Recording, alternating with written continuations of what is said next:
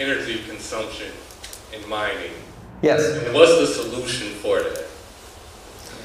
Well, the energy consumption in mining, I think, is misrepresented very often in two ways. One is that mining itself is one of the few industries that is completely geographically independent, meaning that it doesn't matter where you are if you are mining, as long as you have inexpensive electricity. So what that allows you to do is choose the location of your mining system based entirely on the local cost of electricity, which means that mining is doing arbitrage, market arbitrage for the cheapest sources of electricity.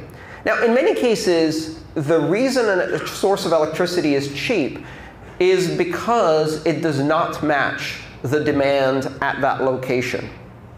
In countries where there aren't broadly deployed efficient distribution networks for electricity, one of the challenges with rapidly deploying and developing energy is that you build a power plant not for the demand that it has today, but you build it for the demand that you're going to have over the next 15 years.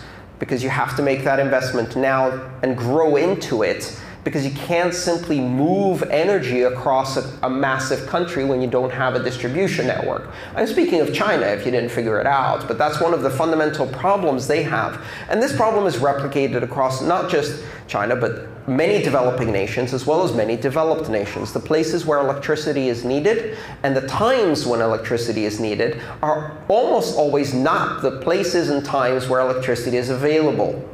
So what happens when you build a 50 megawatt plant in a place where they only have 15 megawatts of demand? Well, in some cases, if it's alternative energy like wind, solar, or hydro, you can't turn it off or turn it down. So you've built it and it will produce, and then what? Then you're basically wasting energy. Now, what if in that environment you could find a way to turn that energy into an alternative store of value?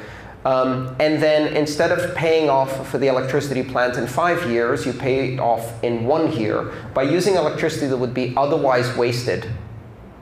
Now, Bitcoin is an environmental subsidy to alternative energy all around the world because it's causing these projects to be amortized over a year instead of 5. Oh, you're telling me we were running a green coin all this time and I didn't even notice?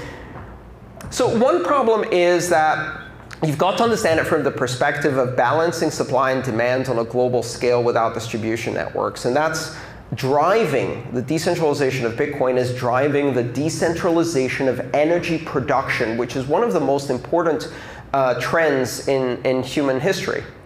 Now, one of the other things you've got to keep in mind is that Bitcoin is easy to criticize for its energy consumption because it's obvious. There are a lot more much wasteful things that are far less obvious. You know, for every time you pull out that little plastic card and you use it to do a transaction, you're not aware of the 100,000 square foot data center that is churning 100,000 servers to do fraud detection or clearing or whatever. You're not aware of the tower offices that are lit 24 hours a day, and the trading floors, and the bank vaults, and the armored cars, and the diesel trucks, and the blah, blah, blah, blah, blah. All of those costs are mostly hidden, and they're enormous. Are you telling me that perhaps Bitcoin ends up being the most efficient way to do transactions on a global scale? You've got to remember that the level of security we have for Bitcoin today is a level of security that can handle global attacks by colluding nation states. That's the level of security that is needed for this system to remain censorship resistant.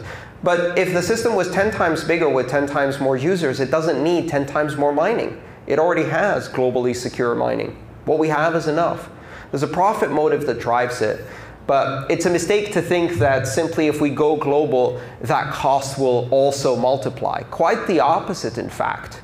Over time, the reward from mining decreases. And as a result, it's more likely we'll see that gradually taper off and plateau. So this is a long game. The implications and complexity of how cost is allocated and how energy is consumed is huge.